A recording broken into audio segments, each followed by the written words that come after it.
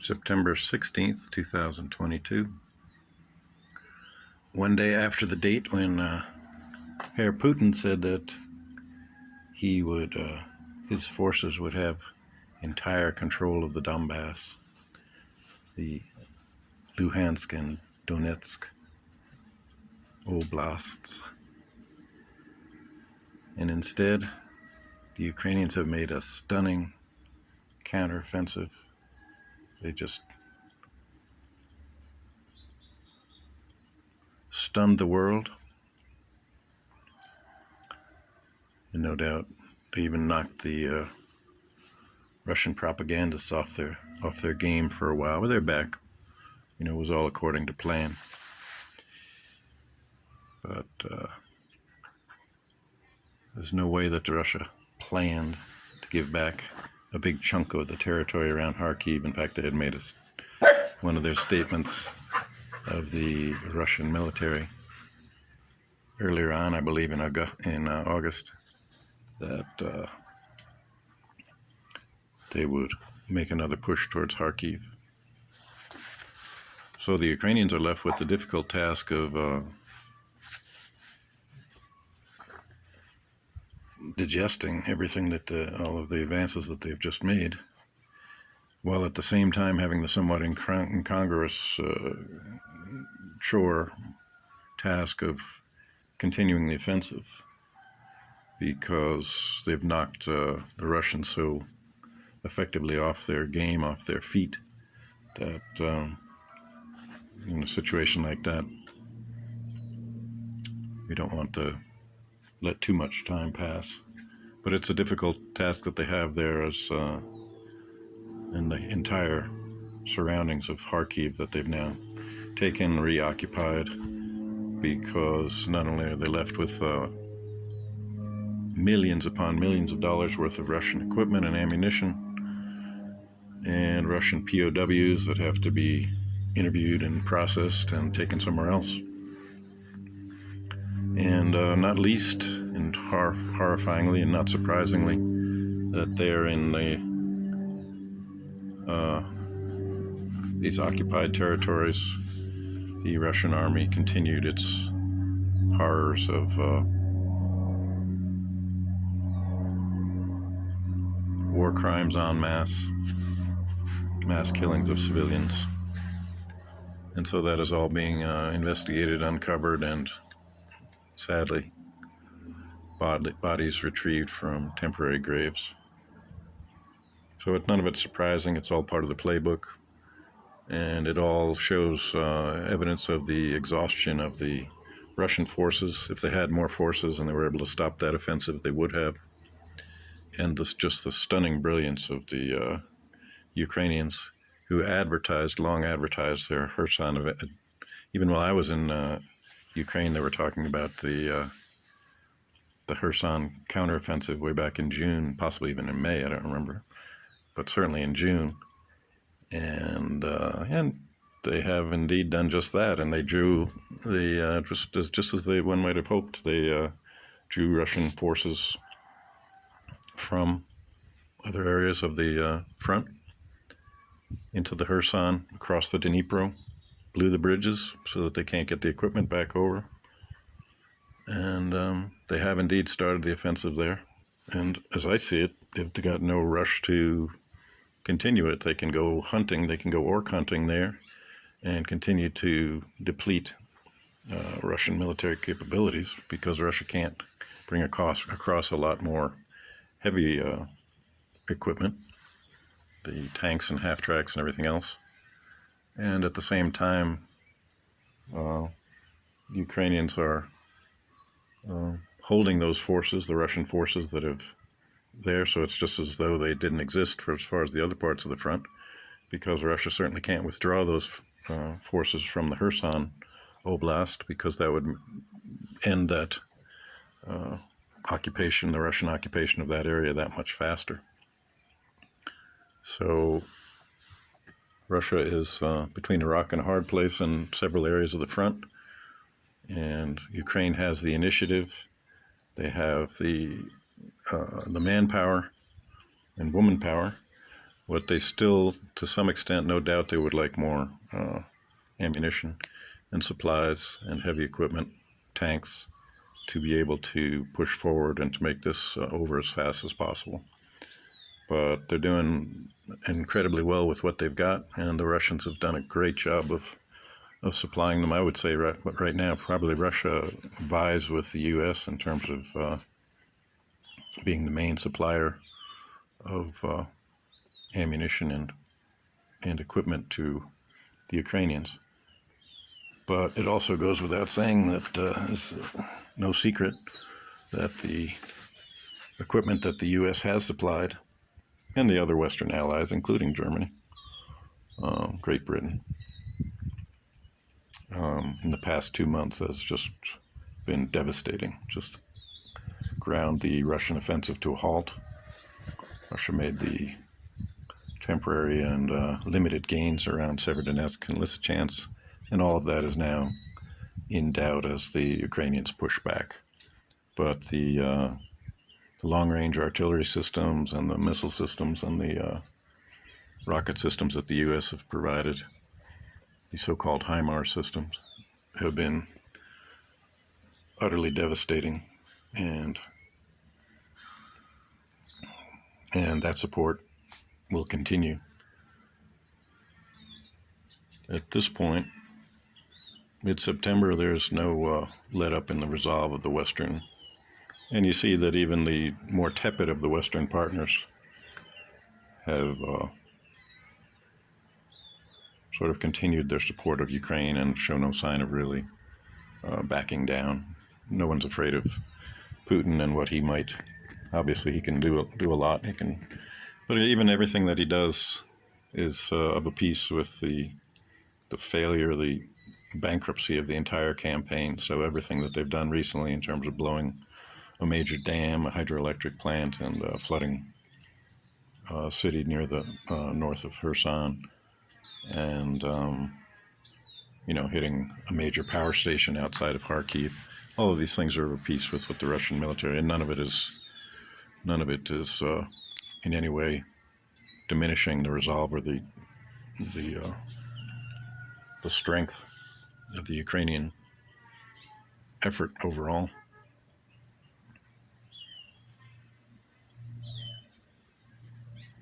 What you see as well is, most interestingly, because the propagandists have continued their unrelenting work for the Putin side, but even the Russians can't put a good spin on recent events of the last 2 weeks. So you see even Russian state TV, that bastion of free speech within Russia. In fact, there are cracks in the support for the regime, as well as in certain major urban areas that are openly criticizing the war now in a way that no one had done since the very first days in February. And more importantly, you see opposition to Putin openly. So one of my early speculations was that Putin was kind of Stalin-esque in the way that he had suppressed and done away with all of his potential and opposition.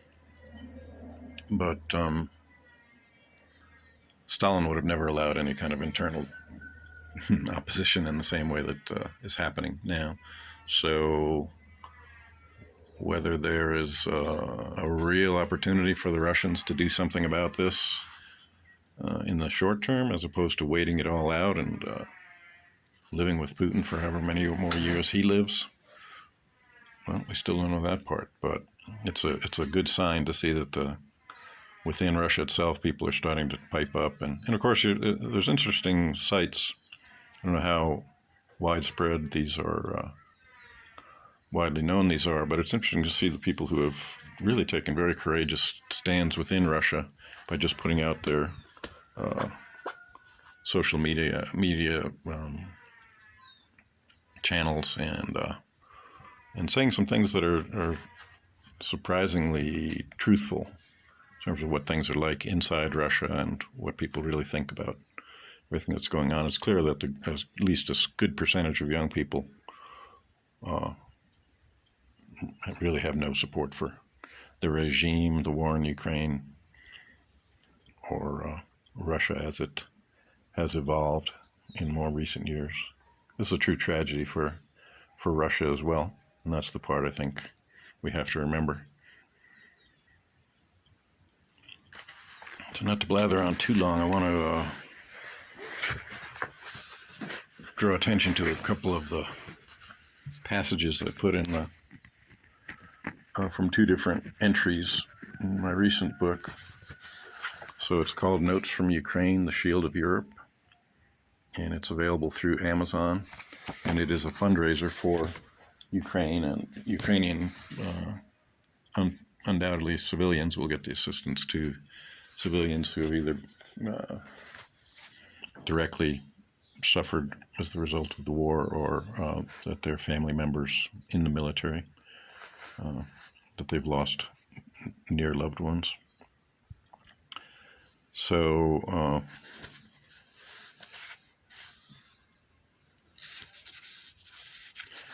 the book is available through Amazon or any other online bookseller. Now here's an entry from a chapter that I wrote in, call it an entry rather than a chapter, was in Nikolaev, 1st and 2nd of June. I'll start with this beginning paragraph because it brings up the incredible one-day loss that the Russians, or it might have been over a several-day period, but I think it was on, it says right here, May 10th, when outside of the Russians attempted a river crossing of the Seversky Donetsk River and lost just an astonishing amount of armor in one day. And in terms of force strength, we don't know how many Russians were killed or injured, but it was just a massive blow. So I start the chapter with a brief description of this May 10th river crossing at Bilohorivka. On May the 10th, Russia suffered the greatest single-day defeat by either side thus far, aside perhaps from the sinking of the battleship Moskva, as part of the attempt to encircle and destroy Ukrainian forces defending Severodonetsk and Lysychansk. Russian armored forces attempted to cross the Seversky Donetsk River at the small town of Bilohorivka. They were spotted by the Ukrainians, who had their artillery sighted to all the likely river crossing points.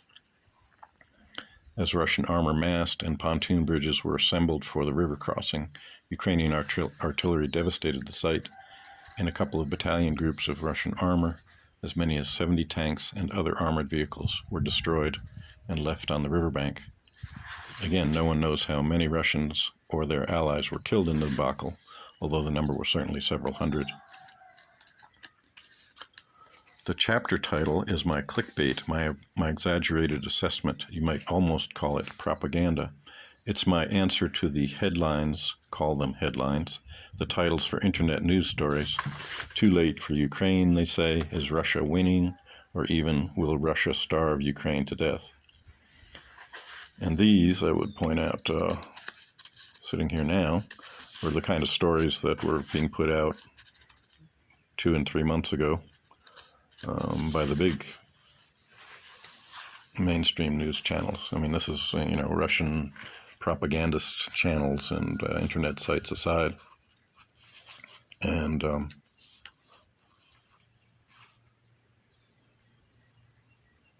you still see certain articles and videos that are news stories that are along those lines.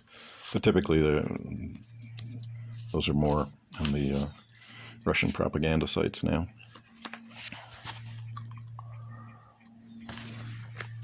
So I skipping ahead a few paragraphs. I have this interesting paragraph at this point, Putin either loses rapidly or he loses slowly. There is, of course, a third possibility that he's bailed out by his weak-willed and corrupt cronies in the West, who might be anticipated to put increasing pressure on the Ukrainian government to settle for an entirely unfavorable diplomatic solution. And at this point, any diplomatic solution is an unfavorable one that rewards Russia for its unprovoked war of conquest, a war that exposed the Russian military as corrupt and incompetent, its soldiers as murderers, rapists, and looters rather than professional soldiers. Well, some of them. And the Russian regime as blue ribbon war criminals. But as I stated as early April, I can't imagine why Ukraine would settle for any diplomatic solution that left Russia with more territory than it had before, any solution other than complete victory, given everything that's come to pass. And I think we've seen that now in recent weeks, that there's probably nothing that Russia would rather have than a more or less freezing of the status quo situation, or prior to the Ukrainian counteroffensive, and to just be able to declare victory at that point and for the whole thing to stop. But Ukraine knows what that would mean, and the Zelensky government, no one in authority in Ukraine is under any illusions as to what that would mean for Ukraine. It's just that would just be giving Russia, getting them up off the mat, allowing them to get their strength, rebuild their forces in every sense of the word, and to come back and try again some other day. And the Ukrainians are having none of that. They won't allow it. So they're not going for any kind of diplomatic solution now. At some point, there's going to have to be negotiations and just a final resolution. And hopefully that's in a post-Putin Russia. So I continue in this entry. If Putin woke up and decided one day, never mind, let's just forget the whole thing, and turned the boys around and brought them back to Russia, I doubt he'd survive the week. If they lose more slowly, a la the Soviets in Afghanistan in the 80s, then at whatever point the depth of the failure and fiasco dawns on the Russian people, at that point the Putin regime is history.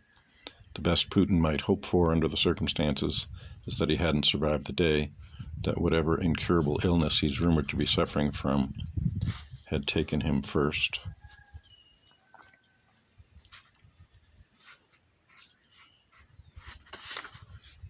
So I think that retains some relevance. I think that's actually pretty much on the mark. There was another entry from Kharkiv on the 27th.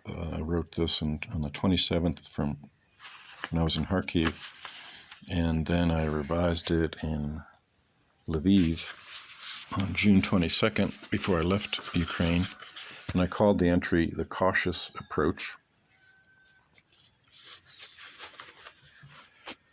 So it starts out, let's see, I'm going to start to read this. Yeah, I'll start from the reading of the entry. It's only when stepping back and considering the whole conflict from the perspective that distance allows that you can develop an even greater appreciation for the Ukrainian military planning and execution. They've made no major blunders, risked no huge defeats. Well, that's changed recently in the sense of the risk of this counteroffensive. This is a huge counteroffensive, and the fact that they met a relatively little opposition in the Kharkiv area, that's an indication of how spent and how demoralized the Russian forces are. Because as I understand it, the Ukrainians in that Kharkiv part of the counteroffensive did not even have necessarily as many troops for the offensive as the Russians had in their defensive positions. And that's a strong indicator that the Russians not only are spent, but that their morale already was just that they were exhausted and that their morale is terrible. They just most of those soldiers that are still there really want to just stop and go home. And that's, by the way, exactly what they have since done. So I continue. The contrast with the Russian approach could hardly be starker in terms of the making major risks and blunders. Even the political leadership, while emphasizing the gravity of the situation and the inherent dangers for Ukraine and the world, hasn't exaggerated the predicament in any intentional or systematic way. Unlike those lovely Russian propaganda sites.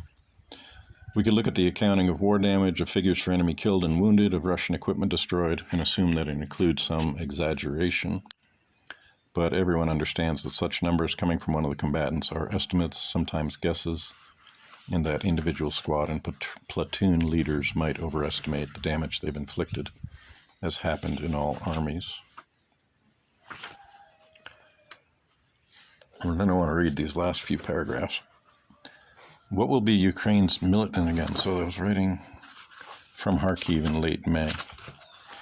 What will be Ukraine's military approach in coming weeks and months, especially as Russian activity emphasizes more and more digging in and holding and less offensive operations?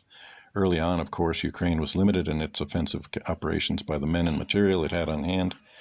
Towards Kyiv, the Ukrainians resisted, giving up ground as they did so, all the while allowing Russia to expend its forces, then press their advantages as they presented themselves. The Russian offensive collapsed under its own weight, and Russian forces withdrew.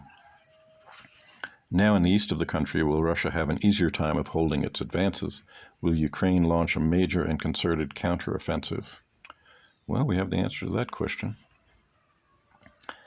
Ukraine will soon be in a better position to do so, but such an offensive against dug-in positions all the military experts stress would be costly in a way that recapturing territory around Kyiv, generally speaking, was not. If Ukraine has lost, say, 10,000 soldiers killed in the first 3 months of the war, will it be willing to sacrifice 10 times that many to regain its lost territory? Based on what they've done so far, they may not need to. The more cautious approach that it took initially, out of necessity, may also be the way forward. They can continue to hit Russian positions, more or less as they do now, with anti-tank rounds, artillery, and drone strikes.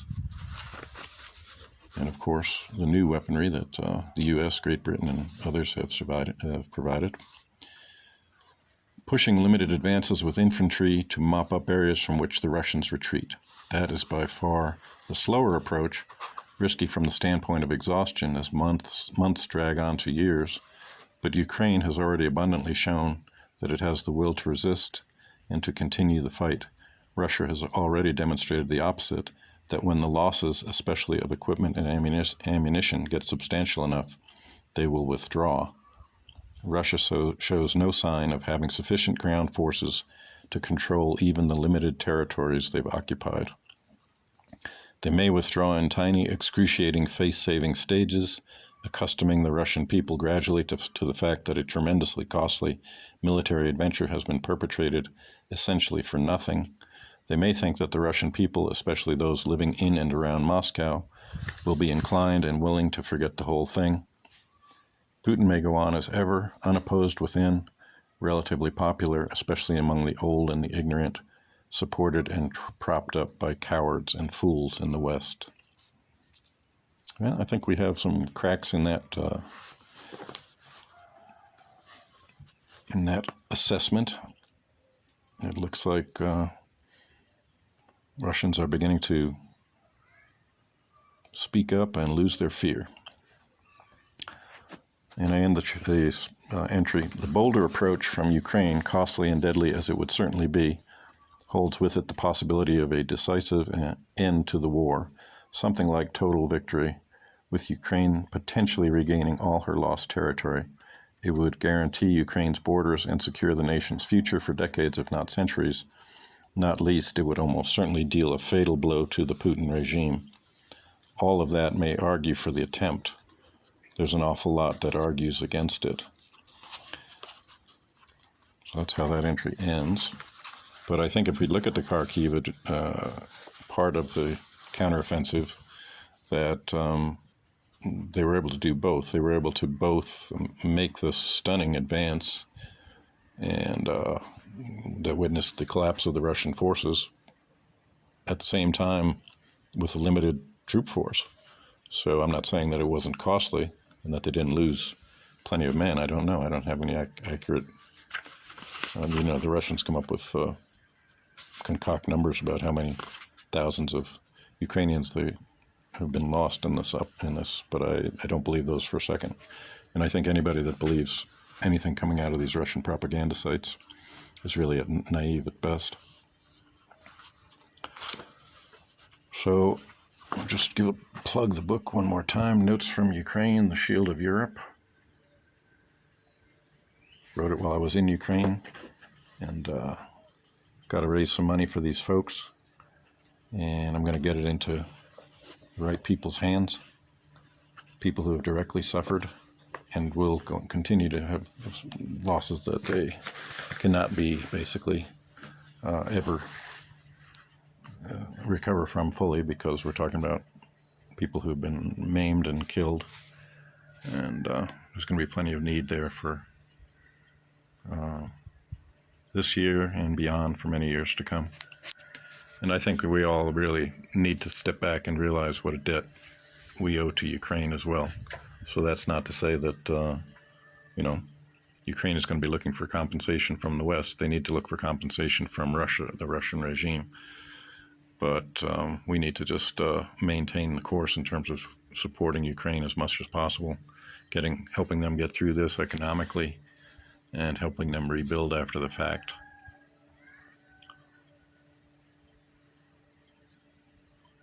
Because what they have done for us is, in terms of holding the line against the Putin regime and Russian aggression, is nothing short of astonishing. They are a truly first-rate military at this point. And people, and the civilians have basically stuck behind this whole effort as well. So, and there's no quit in those folks. Well, gone on longer than I intended. Let this one end for the moment. Probably do a couple more of these briefer videos relating to the book, and a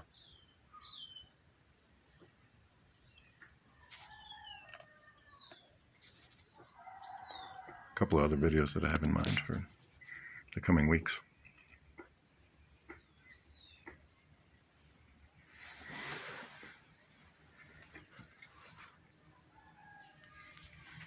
Here's the security detachment.